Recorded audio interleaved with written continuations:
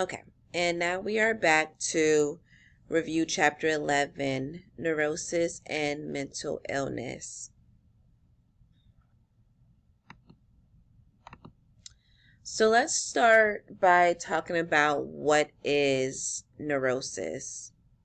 So neurosis is a mild mental illness that is not caused by organic disease.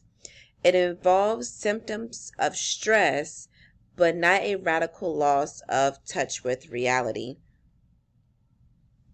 So reading the chapter, Sigmund recognized the prevalence of coercive control. It suggested that many behavior patterns arise out of the need to protect ourselves against the anxieties of coercion provokes. Okay, so reading on further down, it said that even successful avoidance may entail personal and social costs so severe that a person is classified as mentally ill. Okay. So then it went on to discuss different avoidance contingencies that could support maladaptive behavior. So I'm just going to go through a few of them. I'm not going to go through all of them because they're right in the book. So phobias, phobia is when an individual has a fear of something. A fear of spiders, a fear of clowns, just a fear of anything. I'm not going to tell you guys my phobia, but yeah, okay. Then you have reaction formation, sublimation, projection, displacement, regression, obsessions, and compulsions. So that's your OCD disorders. When an individual feels like they have to do something multiple times in order for it to feel right to themselves. So they might touch a doorknob, until it feels right. Or I had a neighbor actually. She would leave her house and she would look out her rearview mirror.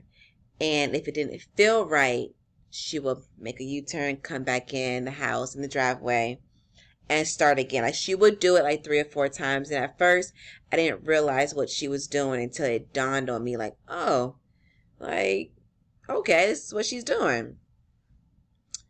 And then you have conversion disorders, amnesia, and multiple personality disorders. So once again, all of these are just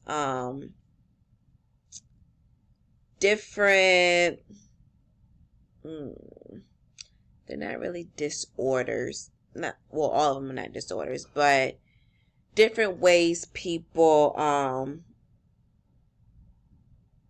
may engage in when they have their maladaptive behaviors.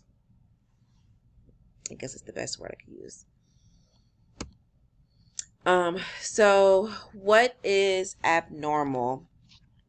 So who is to say that someone or something is abnormal? I think that society puts a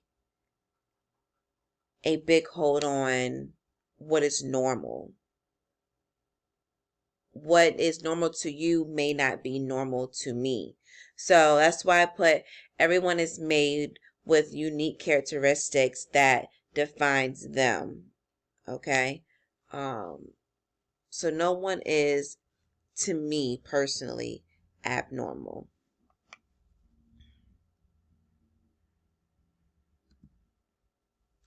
So, my question for chapter 11 would be,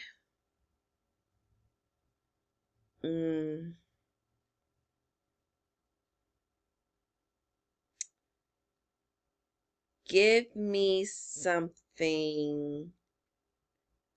I had to think. So, my question is,